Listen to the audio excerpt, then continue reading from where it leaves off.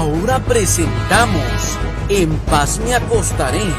Para que tu sueño sea grato, antes de acostarte, recibe una palabra de Dios que edificará tu vida. En paz me acostaré es un espacio para meditar a la luz de la palabra de Dios. Prepárate para recibir un mensaje de fe y esperanza en su programa En paz me acostaré, producido por ministros de la palabra. Con ustedes, el pastor Marco Peña.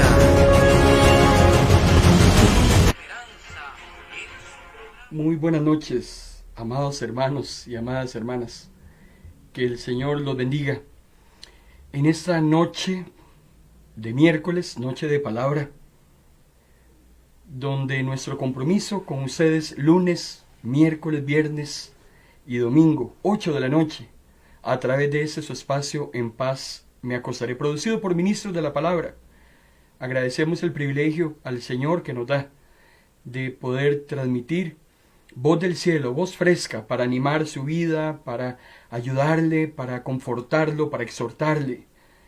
Estamos viendo tiempos muy convulsos a nivel mundial, tiempos muy difíciles, tiempos que a los hijos e hijas de Dios no nos deben asustar, porque lo que estamos viviendo son principios de dolores. Eso quiere decir que la venida del Señor por segunda vez cada vez está más cerca, y por lo tanto usted y yo tenemos que prepararnos. El enemigo está tratando de ver cómo cierra iglesias, cierra voces. Sin embargo, la iglesia del Señor siempre sigue adelante, y el Señor siempre abre espacios para que podamos reunirnos, para que podamos estudiar su palabra, orar juntos. Gracias por estar con nosotros en esta noche a través de la frecuencia radial Vino Nuevo Radio, su emisora cristiana, y también estamos transmitiendo en video por medio del perfil de Facebook Live de Ministros de la Palabra. También estamos compartiendo esta señal de video a la página de Vino Nuevo Radio. Así es que hoy es una noche, una hora, estaremos compartiendo un tema que hemos titulado 40 días entre la cruz y el trono. ¿De qué se trata? Primero vamos a orar. Padre, en el nombre de Jesús, agradecemos, Señor, este momento que tú nos das, este espacio de tiempo, lejos de las labores cotidianas, lejos del bullicio, lejos de banalidades, Señor, exclusivamente para estudiar tu palabra, para traer un mensaje fresco, Señor, del cielo. Háblanos en esta noche, bendice los corazones que están conectados a través del audio y video, que sea tu Espíritu Santo el que en esta noche nos guíe a toda verdad. En el nombre de Jesús. Amén y amén. 40 días entre la cruz y el trono. Cuando hacemos un repaso de los últimos sucesos cronológicos de la vida de Jesús aquí en la tierra, vamos al Evangelio de Mateo, capítulo 27, versículo 45. Mateo nos dice, aquel día, estamos ubicados en el contexto histórico. Jesús ha sido crucificado desde a eso de las 9 de la mañana. Estamos al mediodía, Mateo 27, 45. Hay una serie de sucesos importantísimos, muy tristes, muy lamentables, muy dolorosos, que se dan alrededor de la muerte de Jesús. Mateo 27, 45 dice que ese día fue un día viernes. Desde el mediodía y hasta las 3 de la tarde, la tierra se sumió en oscuridad. Entre las 12 y las 3 de la tarde, la hora en que Jesús muere, los científicos han acordado que lo que se da es un eclipse solar. Toda la tierra se oscurece. Durante 3 horas la naturaleza está lamentando esa trágica agonía del Hijo de Dios. No logramos imaginar la gran agonía entre el mediodía y las 3 de la tarde, que es la hora en que Jesús muere. Sus amigos y sus enemigos están guardando silencio y viendo todo lo que se está desarrollando en el momento de la muerte de Jesús. Sus verdugos, toda la gente que está congregada en el Calvario. Imaginamos que muchos esperaban que Jesús asumiera la actitud de un crucificado. Estar en una situación como esas le generaba a los condenados rabia, impotencia. Lo único que ellos acataban hacer en esa situación tan ignominiosa era maldecir a todos aquellos que estaban ahí presenciando el acontecimiento.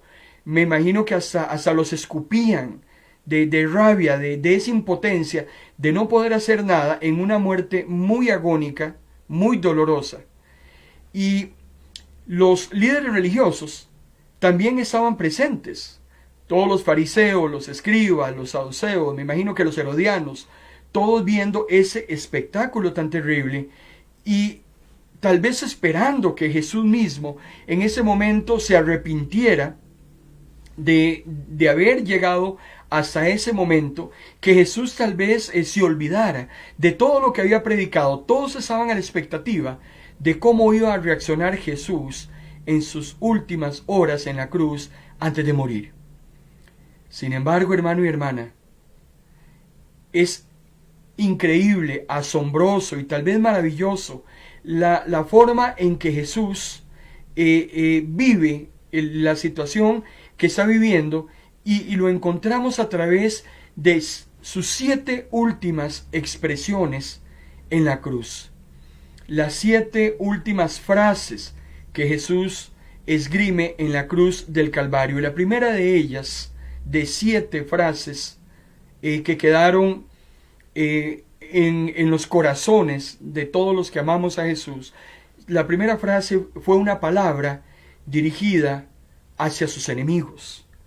Cuando vamos a Lucas capítulo 23, versículo 34, hay una expresión de Jesús que Lucas la escribe textualmente, cuando Jesús dice: Padre, perdónalos porque no saben lo que hacen. Jesús veía a sus verdugos, a todos los que se burlaban, a todos los que habían trabajado para llevarlo a él hasta la posición tan lamentable en la que se encontraba, y Jesús simplemente lo que acata de decir en una de esas primeras 7 expresiones fue: Padre, perdónalos porque ellos no saben lo que están haciendo. Y cuando nos preguntamos quiénes eran los enemigos de Jesús, o a quién es que Jesús se estaba refiriendo en ese momento, Mateo capítulo 26, versículo 67, nos rememora que algunos de esos enemigos fueron aquellos que estuvieron en ese juicio tan mentiroso, por decirlo de alguna manera, un juicio tan lamentable, los que estuvieron reunidos en la casa de Caifás, aquellos que escupieron el rostro de Jesús, según Mateo 26, 67, y aquellos que lo agarraron a puñetazo limpio, mientras hacían un juicio totalmente irrisorio, totalmente inválido. Pero definitivamente esos eran parte de los cuales Jesús estaba intercediendo y pidiéndole a Dios que los perdonara. Cuando vamos también a Juan capítulo 19, versículo 2, otros enemigos de Jesús en esa ocasión o en ese evento fueron aquellos soldados que entretejieron aquella corona de espinas sobre su cabeza. También en Lucas 23:11, otro de sus grandes enemigos que tuvo que ver con la muerte de Jesús fue Herodes Antipas, que con sus soldados, cuando Pilatos lo envía hacia Herodes, porque como Jesús era Galileo y Herodes estaba encargado de la tetrarquía de Galilea, entonces Herodes más bien ve a Jesús como un show para burlarse de él, para escarnecerlo también. Otro enemigo de Jesús en este lamentable acontecimiento fue el procurador romano Poncio Pilato. En Juan capítulo 19, versículo 22, que al final de los finales es el que termina condenando a Jesús a muerte. Y no lo termina condenando porque Jesús era culpable. Usted y yo sabemos que no lo era. Condena a Jesús simplemente para evitar el qué dirán, porque su posición como orden público del Imperio Romano en Judea estaba totalmente en entredicho. Entonces, para evitar el que dirán, Pilato condena a Jesús a muerte. Pero hay otros enemigos que no se mencionan en este pasaje y que Jesús se acordó de ellos cuando le dijo a Dios, perdónalos, porque no saben lo que hace. Y déjeme decirle que al ser usted y yo pecadores, también tuvimos parte en esa muerte de Jesús, porque la muerte de Él le correspondía a usted y me correspondía a mí y a todos los seres humanos sobre la tierra. Sin embargo, es Jesús el que va a la cruz a morir por nuestras faltas y por nuestras rebeliones. Una segunda frase muy hermosa que se da entre esas 3 horas del mediodía y las 3 de la tarde antes de morir, y que queda patentizada, queda escrita, queda reseñada en los evangelios, se encuentra en Lucas capítulo 23, versículo 43, y es una palabra dirigida a los pecadores. Ya le he hablado a los enemigos, ahora hay una frase para los pecadores, cuando le dice a aquel ladrón que se arrepiente, de cierto te digo que hoy estarás conmigo en el paraíso. 2 ladrones son crucificados con Jesús. Uno de ellos le escarnecía, uno de ellos se le injuriaba, uno de ellos le decía que por qué no le ayudaba a bajarse de la cruz, que si verdaderamente era el Hijo de Dios, que por qué no hacía algo.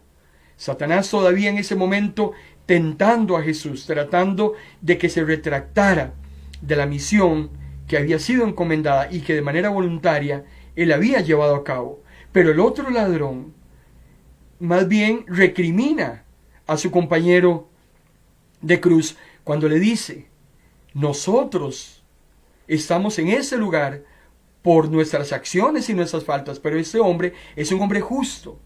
Y se vuelve a Jesús y le dice, acuérdate de mí cuando estés en tu reino. Por eso es que Lucas 23:43 Jesús contesta y le dice, de cierto te digo que hoy estarás conmigo en el paraíso. Y esa confesión de fe de ese ladrón no vino de la casa sacerdotal, no vino de los poderosos o de los seguidores, sino que vino de un malhechor que ya estaba condenado, que aparentemente ya no había nada que hacer con él. Pero hermano y hermana, mientras hay vida, hay esperanza.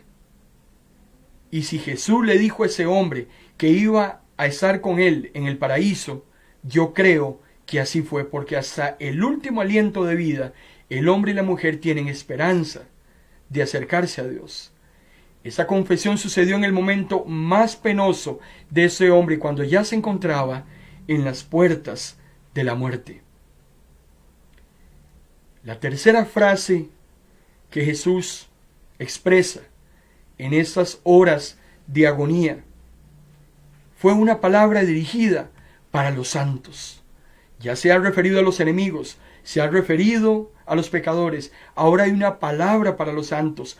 Juan capítulo 19, Juan es el evangelista que la reseña, y es porque tiene que ver con él mismo, porque esa palabra Juan la recibió personalmente para él, y Juan escribe en el evangelio, en el capítulo 19, versículo 26 y 27, cuando Juan dice y escribe que cuando vio Jesús a su mamá, está María, aquella mujer que iba a ser alabada por todas las naciones. Lo vimos el lunes pasado en los 250 acontecimientos que estamos estudiando acerca de la vida de Jesús. María iba a ser alabada por todas las naciones. Bendita eres entre todas las mujeres, porque vas a dar a luz al Salvador del mundo mediante un nacimiento virginal.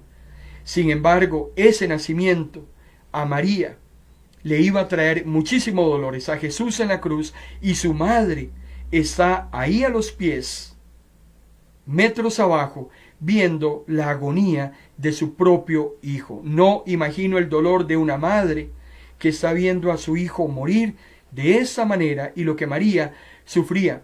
Pero el agravante que tenemos aquí en ese texto es que al quedar María sin su hijo, el hijo mayor, iba a quedar totalmente desvalida. María ya había enviudado, su esposo José había muerto, y una mujer en esa circunstancia se convertía en una limosnera o en una prostituta. No había más de donde María poder traer ingresos para sí mismo, cómo sostenerse en el contexto histórico. Sin embargo, Jesús, antes de partir, está pensando en su madre, y dice Juan capítulo 19, versículos 26 y 27, que cuando vio Jesús a su mamá y al discípulo a quien él amaba, está Juan hablando del mismo, que estaba presente, le dijo a su mamá: mujer, he ahí a tu hijo. Y a Juan le dice: y he ahí a tu madre. Hay dos grandes tesoros que Jesús va a dejar en esta tierra una vez que se va a ir. Y era precisamente a ese discípulo que amaba, que estaba con él en ese momento, en sus últimas horas de agonía, y también a su mamá. Entonces, esos grandes tesoros que él tiene, lo que hace es que entonces le da un hijo a su mamá, y a la mamá le entrega su amigo.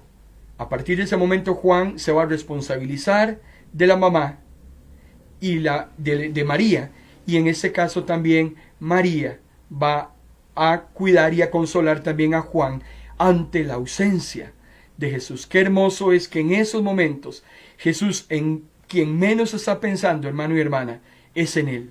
En esos momentos de agonía Jesús estaba pensando en usted y en mí.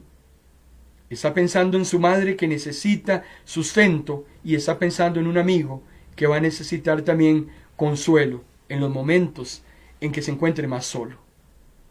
Por eso es que es muy hermoso hacer notar que desde la cruz Jesús completa su voluntad y su testamento, porque su sangre Jesús se le hereda a la iglesia. Sus vestiduras se las terminaron dejando sus enemigos. El paraíso se lo entrega a los pecadores. Su cuerpo se lo va a heredar a una tumba fría, y su espíritu, como lo vamos a ver ahora más adelante, se lo va a entregar a su Padre Celestial. La cuarta frase que Jesús expresa en esos momentos antes de morir es una palabra que denota el sufrimiento de el hombre, Dios, en la cruz. Dios se ha hecho hombre, y en ese momento en la persona de Jesús está padeciendo todo el sufrimiento en sí mismo. Cuando dice en Mateo capítulo 27 versículo 46, Dios mío, ¿por qué me has abandonado? Es muy difícil lo que Jesús está viviendo en ese momento. Pareciera que a su Padre no le interesa lo que le está sucediendo a él. No está moviendo ni siquiera un dedo para librarlo de esa horrible agonía física y espiritual que está viviendo. Porque no solamente era un dolor físico, toda la maldad, toda la suciedad, toda la pecaminosidad de este planeta, suya y mía, Jesús lo está recibiendo en carne propia. Por eso es que Jesús está sufriendo una muerte doble, hermano y hermana, para que usted y yo no tuviésemos que vivir o experimentar la separación eterna de Dios. Por eso es que ese sacrificio de Jesús es sumamente importante. Y el escritor de los Hebreos es categórico y deja patentizado en Hebreos capítulo 9 que después de ese sacrificio de Jesús no hay más expiación por los pecados, no hay nada más que hacer. El que rechace ese sacrificio de Cristo en la cruz, esa oportunidad de reconciliarnos con Dios a través de la sangre de Cristo, lo único que le espera es una horrenda expectación y hervor de fuego. La quinta frase que Jesús, de las últimas 7 expresiones que Jesús dio en la cruz antes de partir de ese mundo, la quinta frase fue una palabra que denota el gran amor que tiene Dios por las almas de los hombres. En Juan capítulo 19, versículo 28, Jesús expresa textualmente cuando dice: tengo sed. Tengo sed.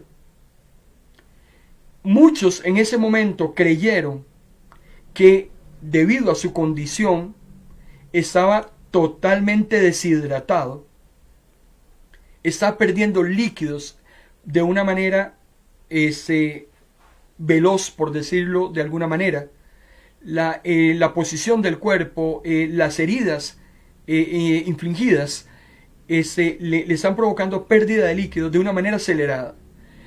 Los que estaban ahí creían que estaba pidiendo algo de tomar, y al condenado se le permitía o se le ofrecía un poco de vinagre mezclado con hiel, que se convertía en un narcótico para que pudiese amortiguar su dolor. Sin embargo, Jesús no lo toma, porque lo que él está expresando no tiene nada que ver con una necesidad física, como se creía en ese momento.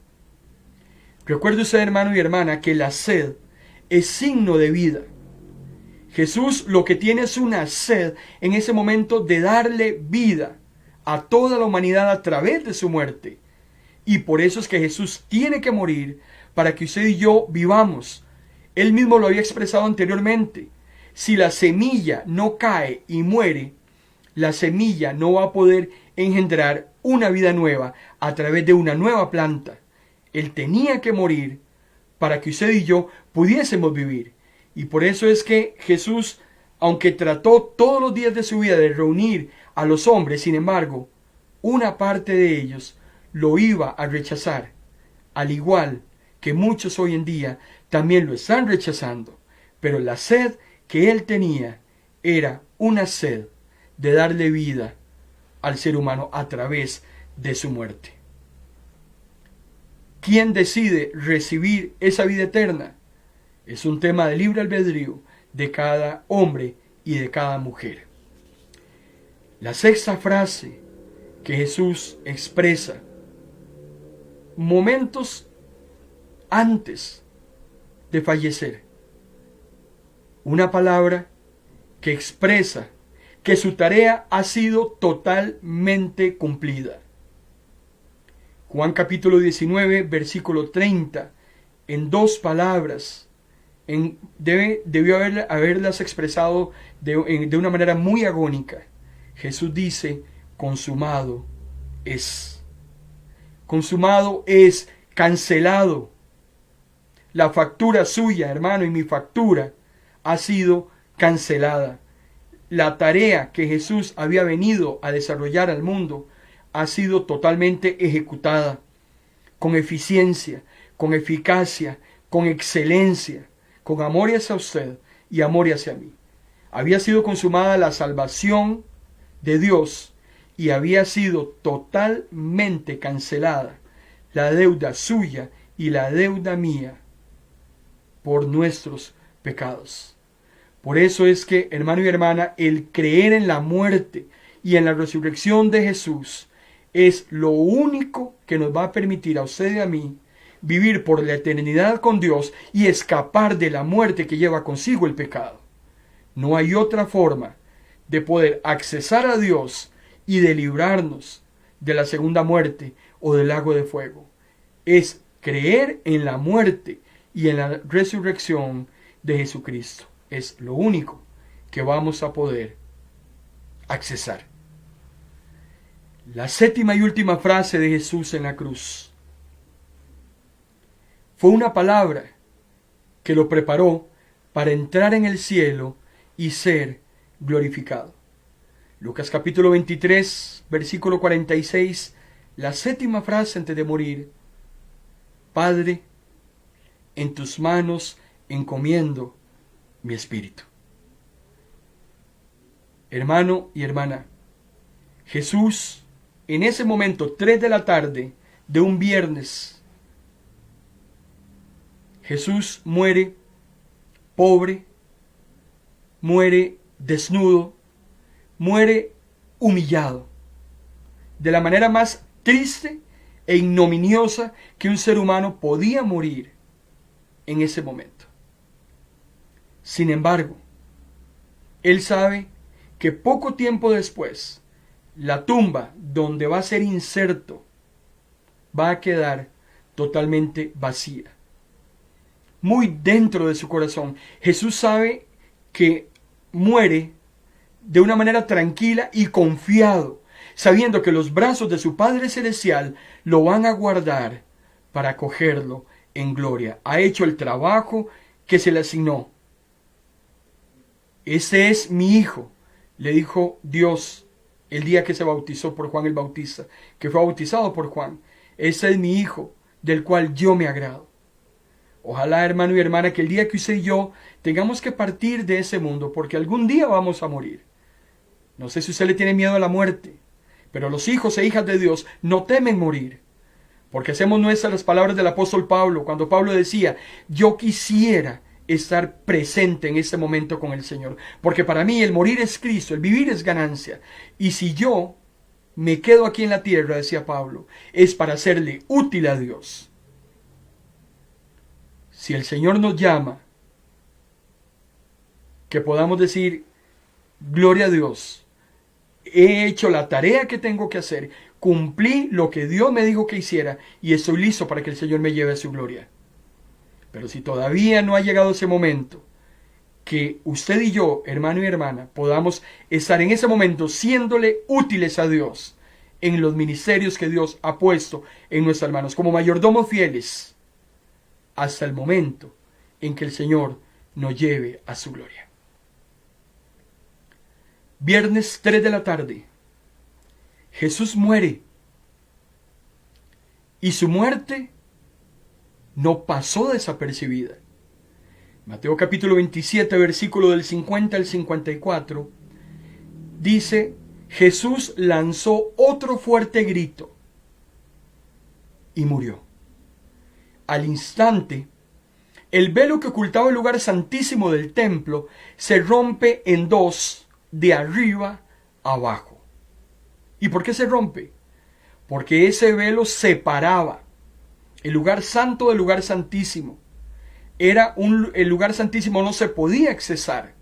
Pero ahora, con la muerte de Cristo, el velo se rompe y usted y yo tenemos acceso directo al Padre. Usted no necesita accesar a Dios a través de un hombre. Usted no necesita que sus pecados sean perdonados a través de una liturgia, o a través de un ritual, o a través de que otro hombre tan carnal como usted y yo nos exima de pecado. A partir de la muerte de Jesús, el velo se rompe y podemos accesar directamente a Dios. La tierra tembló, las rocas se partieron, dice Mateo, las tumbas se abrieron y muchos creyentes muertos resucitaron. Vean el impacto que causó la muerte de Jesús, a tal grado que el centurión y los soldados que custodiaban la cruz de Jesús, que lo estaban vigilando, fueron horrorizados, porque lo que hubo en esa tarde, 3 de la tarde, hermano y hermana, fue un terremoto. Y los demás acontecimientos que ellos vieron, los cuales los horrorizó, lo que produjo en ellos fue una exclamación. El centurión, un soldado romano a cargo de 100 soldados, y todos los soldados que estaban ahí, exclamaron: verdaderamente, este era el Hijo de Dios. Quedó claramente reconocido que ese que había muerto en la cruz del Calvario era el unigénito Hijo de Dios, muriendo por los pecados de la humanidad. Viernes, Jesús ha muerto. Está a punto de empezar lo que en el ritual judío se conocía como el Sabbat. Desde que se ponía el sol el día viernes hasta que se ponía el sol el día sábado, los judíos por ritual se abstenían de hacer cualquier actividad. Se consideraba como el día de reposo. Por tanto, si era un viernes, los cuerpos no se podían quedar en la cruz. Tenían que bajarse inmediatamente y ser enterrados o colocados en sepulcros antes de que cayera la tarde, noche del viernes. Por eso es que Jesús es sepultado ese viernes antes de las 6 de la tarde, más o menos a la hora que se ponía el sol. El entierro de Jesús fue un entierro sumamente rápido por la proximidad de ese ritual del sábado. Urgía, había que quitarse de encima ese cuerpo y guardarlo, enterrarlo, para no contravenir, porque era más importante el ritual del día de reposo que darle un entierro digno al Salvador del mundo. No sé si usted sabía, hermano y hermana, pero solo 4 personas fueron al entierro de Jesús. Fue José de Arimatea, que pide personalmente recoger el cuerpo. Nicodemo, aquel hombre del Sanedrín que se había convertido en un discípulo secreto, también asiste al entierro. Y también María Magdalena y la otra María. Juan capítulo 19, versículo 41 y 42 dice: en el lugar donde crucificaron a Jesús había un huerto, y en el huerto un sepulcro nuevo, en el que todavía no habían sepultado a nadie.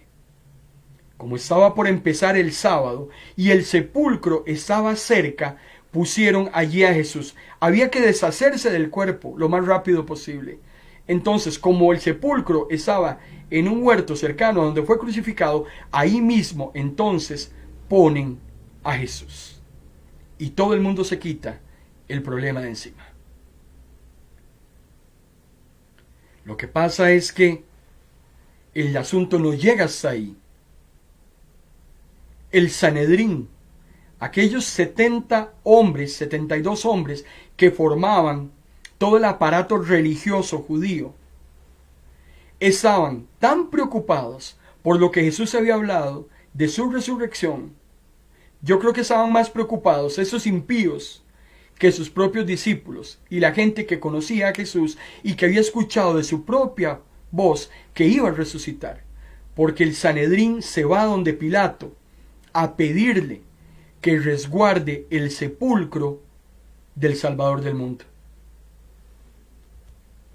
Mateo capítulo 27, versículo 62 dice: al día siguiente, al cabo del primer día de las ceremonias pascuales, estamos hablando del sábado, los principales sacerdotes y los fariseos fueron donde Pilato y le dijeron, sábado en la mañana: Señor, aquel impostor dijo una vez que al tercer día resucitaría.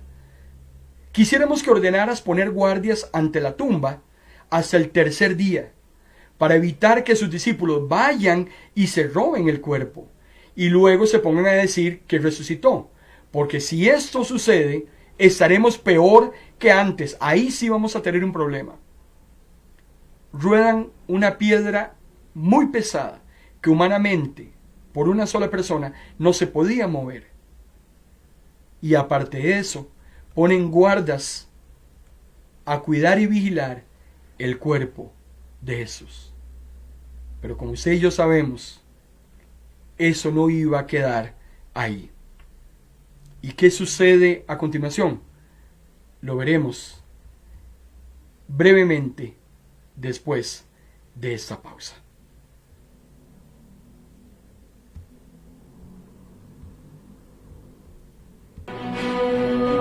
Esta señal es de Pino Nuevo Radio. Estás en tu programa En Paz Me Acostaré, porque una palabra de Dios puede cambiar el rumbo de tu vida. Sigue en sintonía de tu programa En Paz Me Acostaré.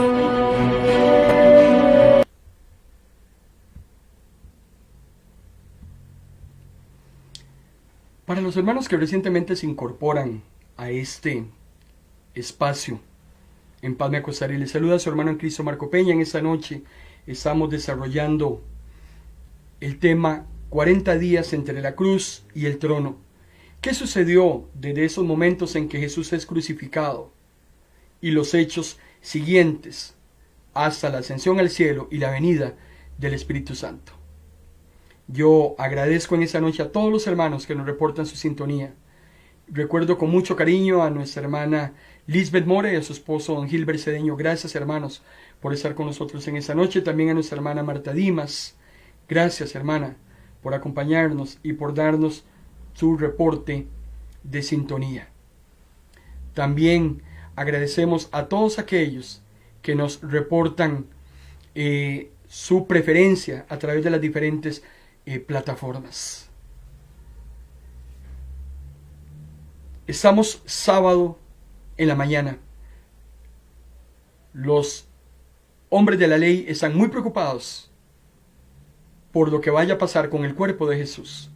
Pero también hay un acontecimiento paralelo a ese hecho, y es aquellas mujeres que se dispusieron a comprar especias para ungir el cuerpo de Jesús. Eso sucede el sábado después de mediodía.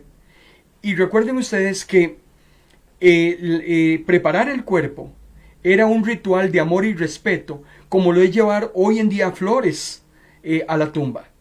Marcos capítulo 16, versículo 1 dice: cuando pasó el sábado, María Magdalena, la madre de Jacobo, y Salomé compraron especias, dice, perfumadas, para ir a ungir el cuerpo de Jesús. Eso es lo que estas mujeres van a hacer, a ungir el cuerpo de Jesús. ¡Qué hermoso! Bendiciones, Francis. Dios te bendiga. Gracias también por estarnos acompañando en esta noche. Y a tu mamá, doña Doris, también Dios le bendiga. Gracias por estar con nosotros. Marcos 16:1 dice: cuando pasó el sábado, María Magdalena, María la madre de Jacobo y Salomé compraron especias perfumadas para ir a ungir el cuerpo de Jesús. Ellas estaban totalmente preparadas para que el domingo en la mañana, a primera hora, trasladarse hacia la tumba de Jesús e ir a ungir su cuerpo. ¡Qué hermoso! Muy hermoso. Ahora, domingo en la mañana, las mujeres visitan el sepulcro. Van en la mañana. Lo que sucede, o lo que ellas logran captar, es que la piedra ha sido removida. Ahora, ¿por qué se movió la piedra? Porque el cuerpo de Jesús ya no estaba. La piedra, hermano y hermana, había sido removida para que la gente pudiese ver que efectivamente Jesús había resucitado. Domingo en la madrugada, no precisamos la hora, pero él lo había profetizado. Al tercer día iba a resucitar.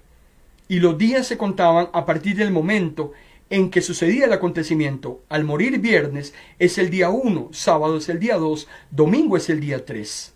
Mateo capítulo 28, versículo del 1 al 3 dice: cuando al amanecer del domingo María Magdalena y la otra María regresaban a la tumba, hubo un fuerte temblor. Un ángel del Señor acababa de descender del cielo y tras remover la piedra, se había sentado allí. La piedra no fue removida para que Jesús saliera, porque Jesús no salió hasta que la piedra fue removida. El ángel remueve la piedra para que todos los que fuesen al sepulcro dieran testimonio de que Jesús ya no estaba ahí, su cuerpo no se encontraba ahí. Dice que ese ángel tenía el aspecto de un relámpago y sus vestiduras eran blancas como la nieve. El ángel le habla a las mujeres en Mateo capítulo 28, versículos 5 al 7 y le dice, número 1, no tengan miedo. Eran mujeres insignificantes en el contexto histórico. Habla de varias Marías. Hay una controversia, según los estudiosos de la Biblia, en cuanto a cuáles Marías se refieren estos evangelistas, porque María era un nombre muy común en la época de Jesús. Su propia mamá se llamaba María. Conocemos a María Magdalena y otras Marías que acompañaban a Jesús. Los evangelistas no son muy precisos en definir cuál de ellas eran. Eso no es relevante. Lo relevante es que el ángel le dice a esas mujeres, no tengan miedo, porque yo sé que están buscando a Jesús, el que fue crucificado el viernes pasado. ¿Se acuerdan? Le dice el ángel. Bueno, pero les voy a decir algo. No está aquí. La tumba no pudo retener a Jesús. La muerte no podía retenerlo. ¿Por qué no está aquí? Dice el ángel. Porque ha resucitado tal como él lo dijo. Entonces el ángel les dice a esas mujeres, vengan y vean el lugar donde estaba. Luego, el ángel les dijo, después de verlo, vayan y díganles a sus seguidores que Jesús ha resucitado de la muerte. Hermano y hermana, la realidad de la resurrección, lo que debe traernos a usted y a mí, es gozo y no temor. Porque si Jesús resucitó, dice el apóstol Pablo en su primera carta a los Corintios en el capítulo 15, que si Jesús resucitó, nosotros también vamos a resucitar. Si lo que usted y yo vinimos a este mundo fue solamente a padecer, solamente a sufrir y luego a morir, Pablo dice, nosotros seríamos los más dignos de lástima, porque entonces, ¿para qué cuidarnos? ¿Para qué vivir una vida piadosa? ¿Para qué agradar a Dios? ¿Para qué le servimos? Pablo dice que si Cristo resucitó, nosotros también resucitaremos con Él. Las mujeres estaban buscando un muerto, le llevaban especias a un muerto, pero Jesús estaba vivo. Las mujeres vieron la evidencia, la tumba está vacía.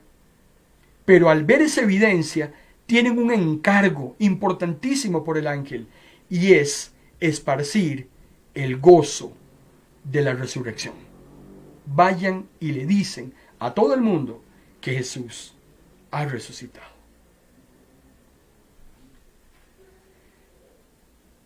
Paralelamente a esta situación con las mujeres,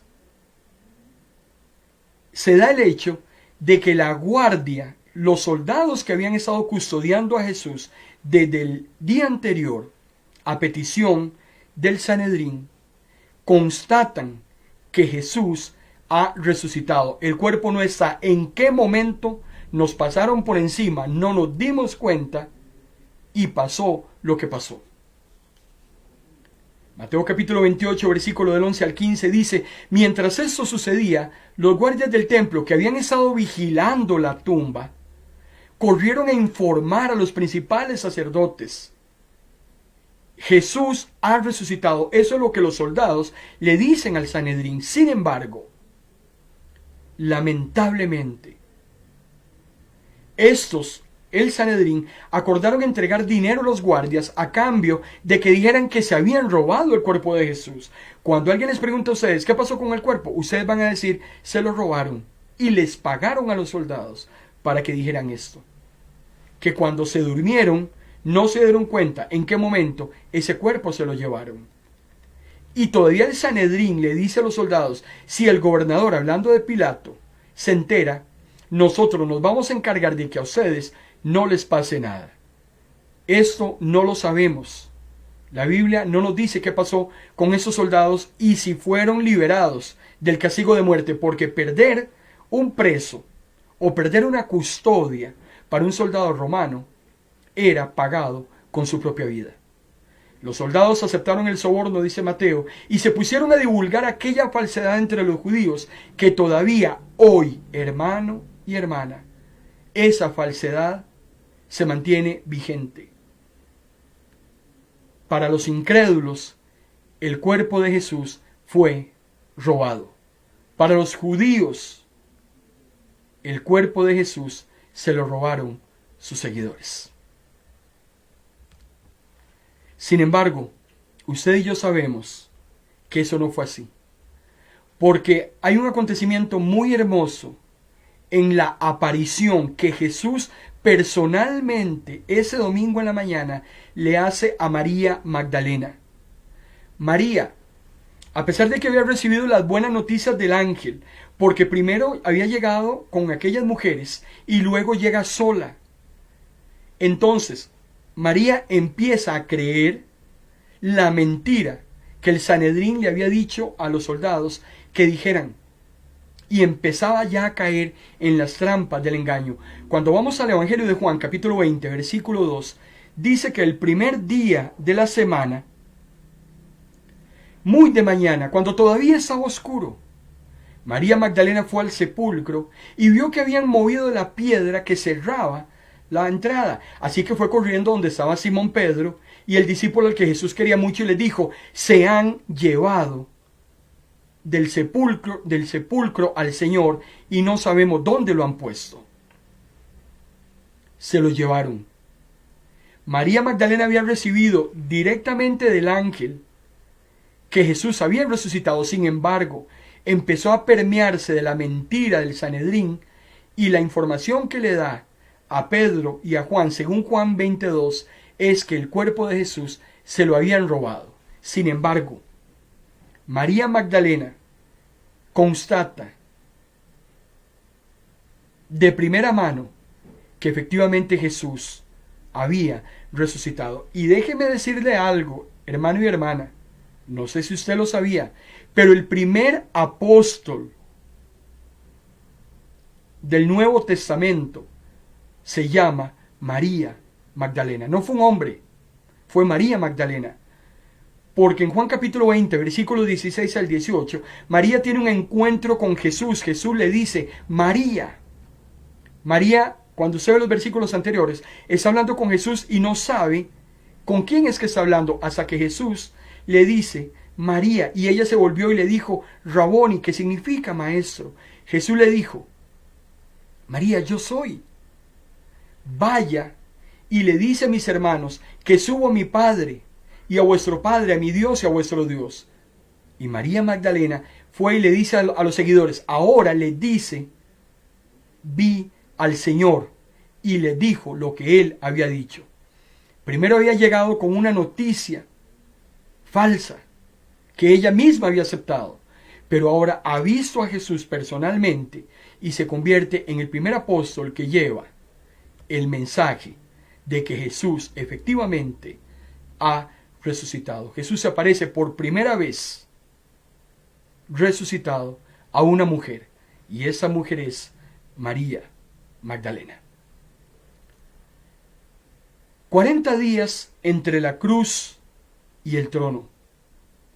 Cuando vamos a Hechos capítulo 1, versículo del 1 al 3, dice Lucas, que es el escritor del libro de los Hechos: distinguido Teófilo, en mi primera carta te hablé de todo lo que Jesús empezó a hacer y enseñar, y de cómo regresó al cielo después de darles instrucciones a través del Espíritu Santo a los apóstoles que él había escogido. Recordemos en el estudio de todos los lunes que estamos llevando acerca de la vida de Jesús, que Lucas es uno de los escritores de los 4 evangelios. Sin embargo, Lucas no fue discípulo de Jesús. Lucas no es testigo presencial del ministerio terrenal de Jesús.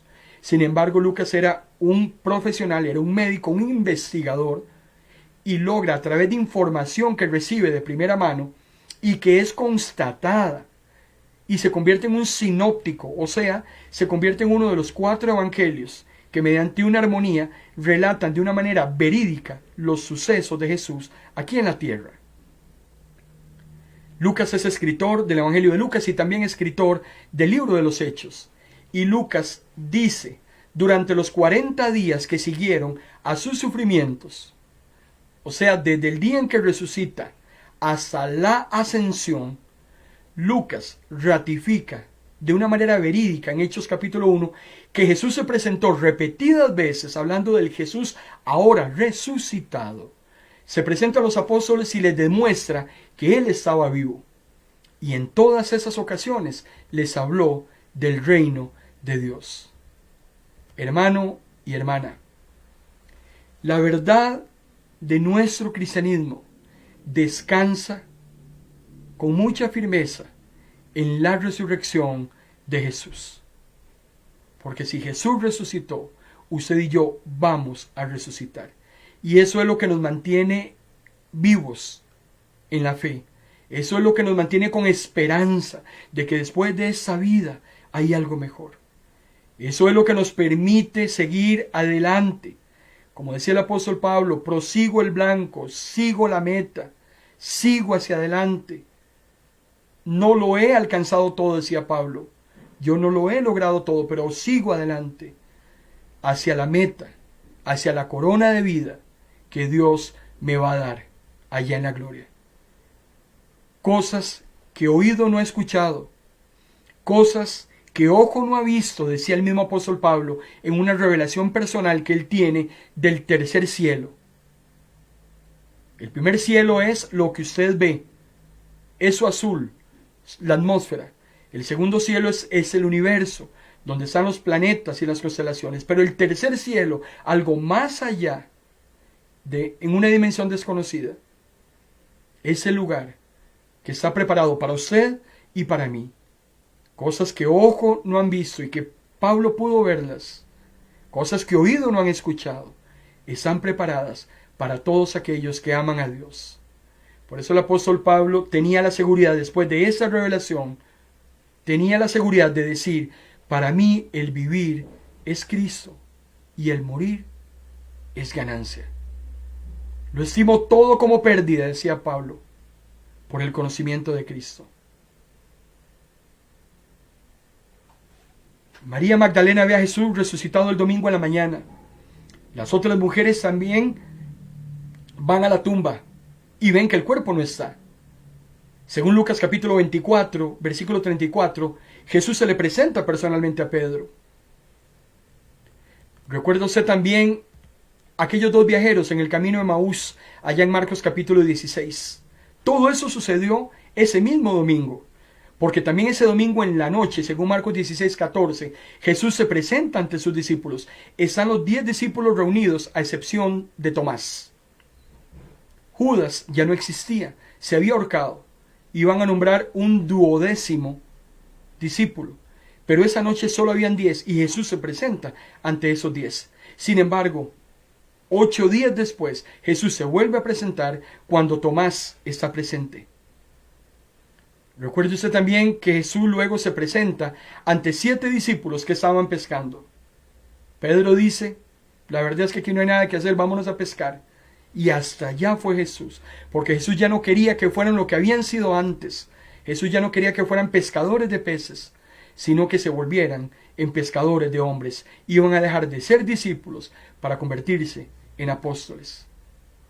Jesús se presenta también a los 11 discípulos en la montaña.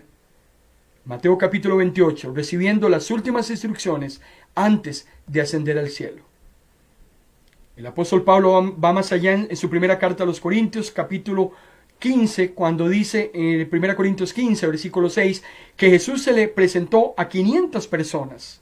No está relatado en los evangelios, pero Pablo sí lo escribe y creemos que es verdad.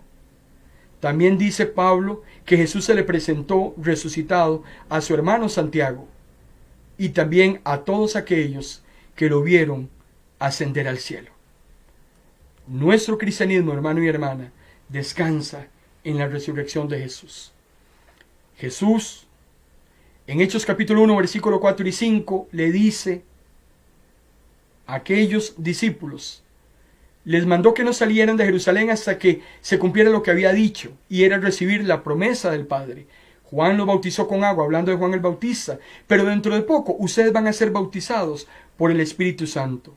Jesús lo dijo, Lucas 24, 49, quédense en la ciudad, porque todavía, hermano y hermana, hay un acontecimiento muy hermoso que va a suceder. Estamos en el día 43, estamos en el día de la ascensión. 7 días después, en el Pentecostés, que quiere decir 50, va a venir el Espíritu Santo. Quédense en la ciudad, porque muy pronto les enviaré a quien mi Padre prometió, no se vayan a ningún lado, hasta que reciban el poder que Dios les va a enviar. Y ese poder es el Espíritu Santo. Ese Espíritu Santo que opera hoy en su vida y en mi vida. Un Espíritu Santo del cual se predica muy poco, pero que tiene un gran accionar en la vida del creyente. Pero de eso hablaremos, si Dios lo permite, el próximo viernes. Padre, gracias por tu palabra en esta noche, Señor. Porque hemos podido ver todos esos momentos tan tristes y tan agónicos en la cruz del Calvario.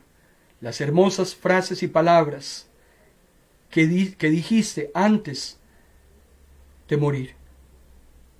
Gracias por tu resurrección. Gracias porque la tumba no quedó vacía. Y porque nuestro cristianismo descansa en tu resurrección. Porque si tú resucitaste, la muerte no podrá vencernos.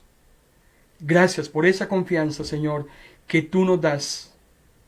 Que podamos en esta noche armarnos de esperanza en medio de un mundo que está lleno de incertidumbre en este momento. en medio de un mundo que se debate en violencia, que se debate en una pandemia, que se debate en la muerte. Como hijos e hijas de Dios tenemos la seguridad de que mayor es el que está dentro de nosotros que el que está allá afuera.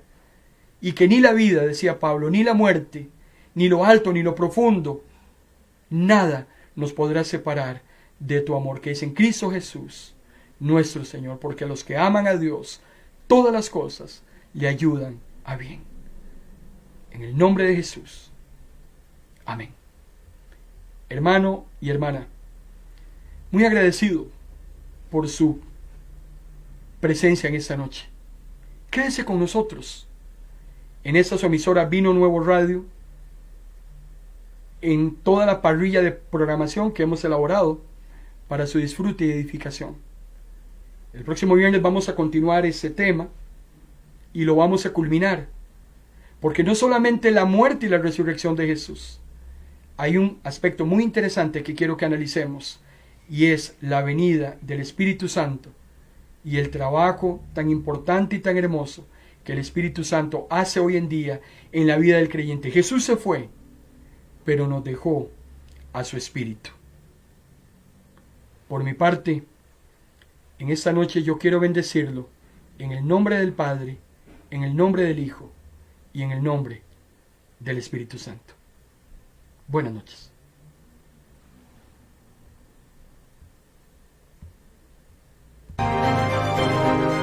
Hemos presentado en Vino Nuevo Radio su programa En Paz Me Acostaré, un espacio con buena palabra que cambiará tu vida, porque la palabra es viva y es eficaz, y más cortante que toda espada de doble filo. Esto ha sido En Paz Me Acostaré.